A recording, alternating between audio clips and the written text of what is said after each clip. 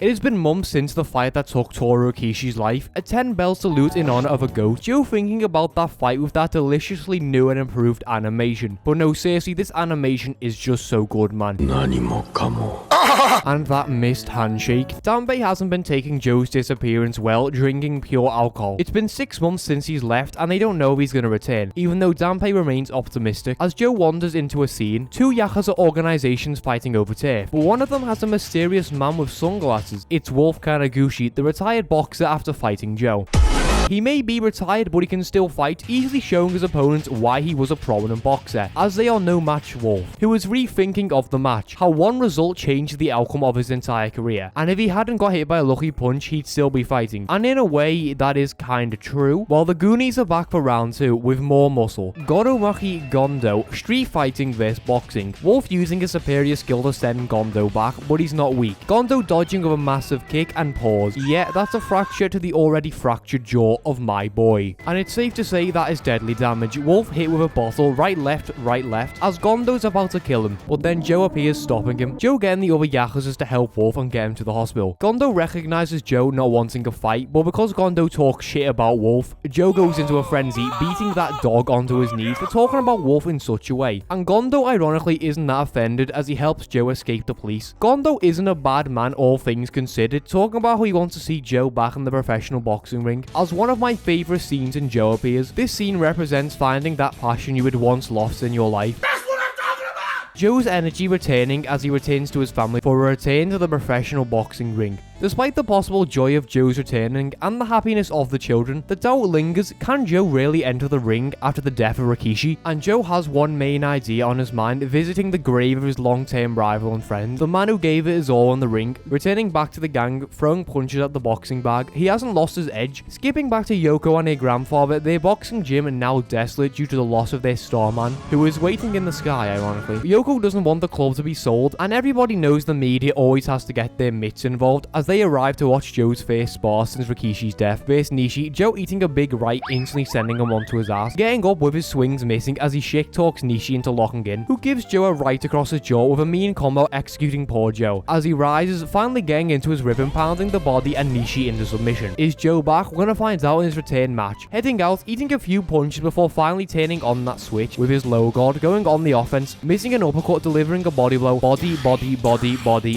Only body as his opponent collapses to the ground, giving Joe a KO victory, which is incredible but odd at the same time. But for now, all that matters is Joe has officially won his return boxing match. It's a glorious day. While we're back with Yoko and her grandfather talking about Rikishi, but also the idea that Joe has overcame the pain of Rikishi's death, and Yoko wants to become the president of the boxing club. With another Joe fight, Joe's slick moves, jabs with his ferocious body blows, pummeling into yet another victory. Since Joe's comeback, he has won 5 fights, all by body blows. He only did that to Nishi too. He didn't punch in the face properly. Joe at the minimum may subconsciously not be punching people in the face out of fear, but despite that, in the next fight, Joe is throwing punches towards the head, knocking his opponent down with a body blow, and President Osaka is back being shockingly polite, while Yoko also introduces herself as the new boxing owner. And to the surprise of no one, President Osaka is actually evil and he wants to get rid of Joe from the boxing ring. You should kill yourself now.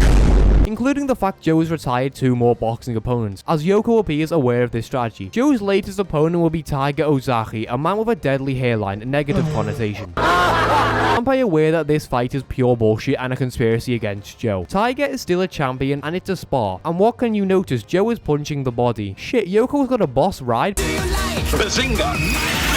Apparently Nishi injured his right hand in a match, as Joe and Yoko coincidentally come across against each other, who perceives Joe as changing and not being the same man he once was. And we have a few guests, offering a totally friendly spar, and obviously Joe doesn't care that this has a hidden meaning. The spar is a simple match, body blows and down just like that, the same pattern over and over again, before Joe hits a fucking drop kick. As it turns out, Tiger and his hairline are watching. Looks like a pedo. You're ugly, you're disgusting. Joe calling him out, look at that face. lunging at Tiger. Well, they both show off their sick boxing skills, but they can't afford to fight with a sign of respect, leaving in relative peace. But it should be obvious by now that isn't Joe's style, pissing them off into a brawl, taking on everyone like it's a Yakuza fight, getting battered as Danpei also shows his move, both men easily dealing with the bums, looking a little bit worse away as they rest. The Messenger from Hell, that is a saucy nickname. The president of the club talking about Joe's weakness, and it's clear Nishi and Danpei know of that weakness, but Joe doesn't. But it's time for a real fight. Tiger vs Joe, Joe eating a mean one, having him go on a gentle stroll. These punches are not gentle, while Joe shit talks, jabs towards the face as they exchange in the center. While Nishi and Danpei think about the weakness, Joe's offense still steamrolling Tiger as he appears to feint a bomb of a right into a destroying body blow, setting Tiger down like a sack of bricks. But was that really a feint? Because the bell rings and it's becoming clear that wasn't a feint. Joe didn't even realize, but he can't throw punches towards people's temples. As the second round begins, Tiger showing why he's so respected as Joe's offense is slowly being dealt with. Unable to properly land a clean blow, he just can't give people the original rikiishi punches, the ones that ended up killing Rikishi. It's information that Joe didn't know, but now it's changed the complexity of the fight. You can beat a bum with body blows, but an elite boxer, no. As once again, Joe can't do it, eating a left, knocking him down. And despite getting up, it means nothing as Tiger is dominating this fight. Joe can't do anything, Rikishi is haunting the man from the grave, and Joe doesn't want to believe it, gearing up for that massive demon punch. But he can't, and it gets to the stage where Danpei can't take it anymore, and he just throws that towel into the sky. No! No! Joe's first loss since he returned into the boxing ring.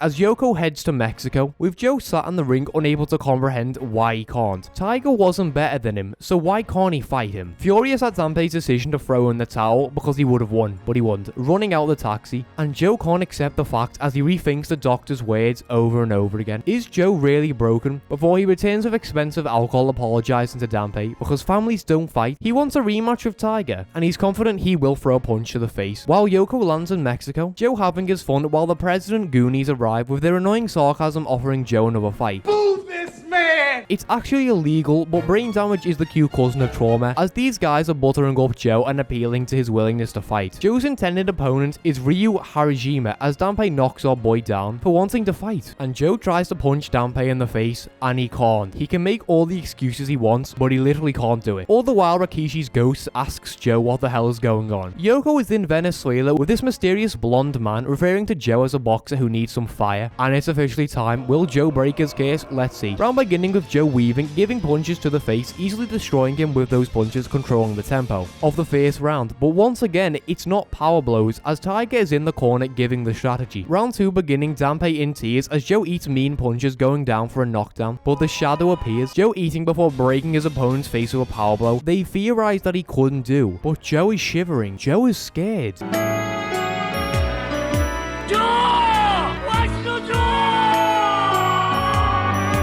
Vomiting onto the mat. It doesn't even matter if he lands the power blow. He's always going to be scared of the fact that he might kill someone again. And the slums are devastated, while Nariko doesn't want Joe boxing anymore. People fighting in the ring, risking themselves just to be taken down by someone younger in the end. All the while Rikishi's ghost talks to him. That was powerful.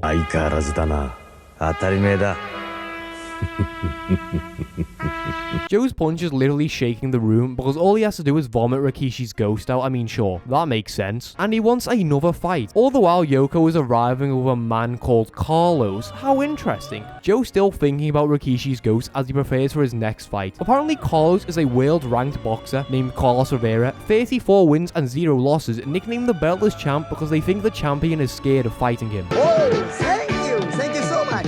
Because he's number one. As he introduces himself to Joe because he knows he should be a world ranker. The fight beginning with the same start, Joe taking punches against the ropes as they leave, Joe getting knocked down, getting battered against the ropes, getting literally murdered as his strategy is not punching, it's genius. It's the bait of the cross counter. But is Joe a masturbator or a dick choker? We're gonna find out as the cross counter is thrown. The opponent sinking, but he vomits. Landing tempo blows, vomit again. And despite that depression, Carlos is set to have his first match in Japan, and Joe is told the news that no one wants to fight him anymore because he just vomits in the ring. It's not a pretty sight, and Danpei's words are harsh. But what good is a boxer who can't throw a punch to the face? Danpei won't close the club as long as Nishi is boxing, and Joe wants a match against Tiger as he proceeds to start brawling the entire boxing gym, and he once again vomits because he can't punch the face. All the while we see Gondo, 3 losses in a row, but Gondo watches for the fighting spirit. We also get news that Nishi has won his fight, and it's his last fight too, as his right hand is too broken to fight. While Danpei tells Joe that he's retired too, Danpei is going to close the gym as Joe receives an invitation to watch Carlos vs Nango. Is our Venezuelan world ranker really that good? Is he world class or is he dick class? But apparently Carlos might not be that good, as Nango easily dominates this fight with right and left, battering him into the corner. But then Carlos and Robert smile, round beginning. Bang. I mean, if that happened to me, I'd kill myself. A massive punch sending Nango into a coma. A lucky punch? That wasn't a lucky punch. That was a hook with an elbow, bringing fire into Joe's eyes. And I'll catch you next time. Did you miss me, you wankers?